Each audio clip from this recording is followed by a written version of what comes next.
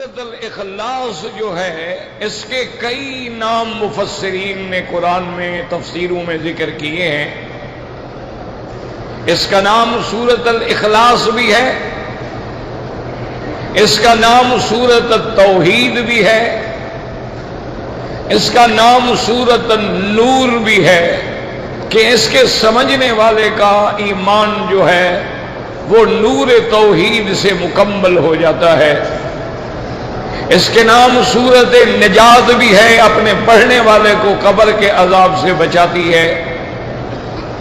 اس کا نام سورۃ براءہ بھی ہے کہ کفر اور شرک سے برات کا اعلان ہے۔ اس کا نام سورۃ منفرہ بھی ہے کہ شیاطین اس سے بھاگتے ہیں۔ اس کا نام سورۃ اساس بھی ہے کہ عقیدے کی کیا مصیبت ہے اللہ کے بندے، روزانہ ہم کہتے ہیں اور آپ لوگوں کو سمجھ نہیں آتی۔ نہیں اس کو کیا ہو جاتا ہے، آخر وہ تو چل رہا ہے۔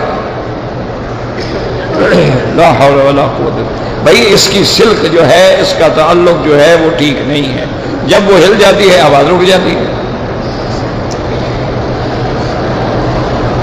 آپ ضرور شریف پڑھیں، چھوڑے جی ان کو تو انشاءاللہ زندگی میں تو سمجھ نہیں آتا، مرنے کے بعد شاید سمجھ آ جائے۔ تو یہ سورت مبارکہ جو ہے یہ اساس ہے۔ اساس مانا یعنی عقیدے کی بنیاد ہے۔ اور اسی طرح ایک حدیث مبارک میں آتا ہے کہ اسست السماوات السبع والارضون السبع علی قل هو اللہ احد، اللہ نے 7 آسمانوں اور 7 زمینوں کی گویا بنیاد اسی پہ رکھی ہے۔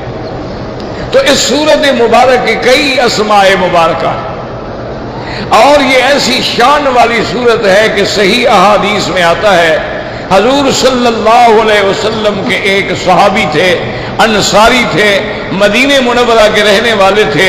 ان کی طبیعت یہ تھی کہ وہ جب نماز پڑھاتے کوئی بھی سورت تلاوت کرتے لیکن آخر میں قل هو اللہ احد ضرور پڑھتے۔ تو ان مقتدی لوگوں نے کہا کہ حضرت یہ آپ کیا کرتے ہیں؟ جب آپ نے دوسری رکعت میں ایک اور سورت پڑھ لی ہے لیکن پھر آپ سورت اخلاص ملاتے ہیں۔ اس نے کہا بھائی مجھے امام رکھنا ہو تمہاری مرضی، نہ رکھو تمہاری مرضی، میں سورت اخلاص نہیں چھوڑ سکتا۔ حضور صلی اللہ علیہ وسلم کی خدمت میں قصہ آیا، آپ نے صحابی کو طلب فرمایا، آپ نے فرمایا کیا بات ہے کہ تم ہر نماز میں سورت اخلاص کو دہراتے ہو؟ اس نے کہا یا رسول اللہ انی احبھا، مجھے اس سورت سے بڑی محبت ہے، میں اس کو چھوڑ نہیں سکتا۔ حضور پاک نے فرمایا صلی اللہ علیہ وسلم نے حبک ادخلک الجنہ، اس کی محبت نے اللہ نے تمہیں جنت کا حقدار بنا دیا ہے۔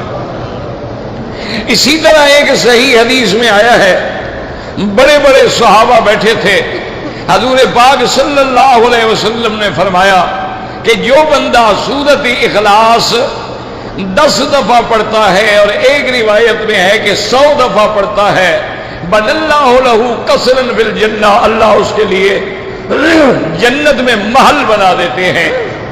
حضرت عمر رضی اللہ تعالی عنہ نے عرض کیا اذن تستکثر یا رسول اللہ، ہم تو پھر 100 دفعہ سے بھی زیادہ پڑھا کریں گے۔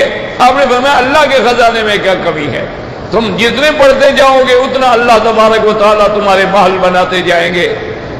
اسی طرح حضور پاک صلی اللہ علیہ وسلم نے فرمایا کہ جو آدمی رات کو سوتے وقت میں 100 دفعہ سورت اخلاص کو پڑھ لیتا ہے اور دائیں کروٹ پہ لیٹ جاتا ہے تو اللہ تبارک و تعالیٰ اسے قیامت میں فرمائیں گے میرا بندہ آپ داہنی طرف سے جنت میں داخل ہو جاؤ۔